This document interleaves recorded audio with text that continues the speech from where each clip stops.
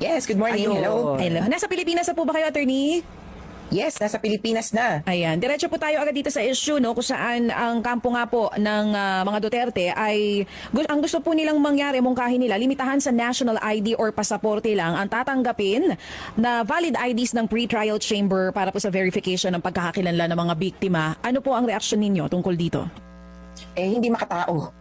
Parang wala namang puso itong sina Attorney Kaufman at kumaga lutang dun sa sitwasyon sa Pilipinas. Parang hindi niya nga kilala kung sino yung mga mag-a-apply na biktima. Tandaan natin na sa loob ng Pilipinas, kilala natin na ang mga biktima yung mahihirap.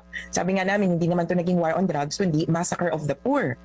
At ang passport, sa totoo lang, para lang sa mayaman yan Kasi kailangan mo ng passport para makalipad ng ibang bansa. Ang karamihan sa mga naging biktima, walang ganyan. Ang sinasabi namin ay practicality na yan. Ilan lang ba ang merong national ID at naudlot pa nga. Hanggang ngayon nga ay hindi pa tuloy-tuloy yung pagpoproseso nito. Kaya doon kami sa naunang listahan na binigay ng Victims Participation and Reparation Section. Doon po ba anong requirement nung una? Ano talaga for pre-trial chamber, ano lang ang requirement para para makalahok po sila?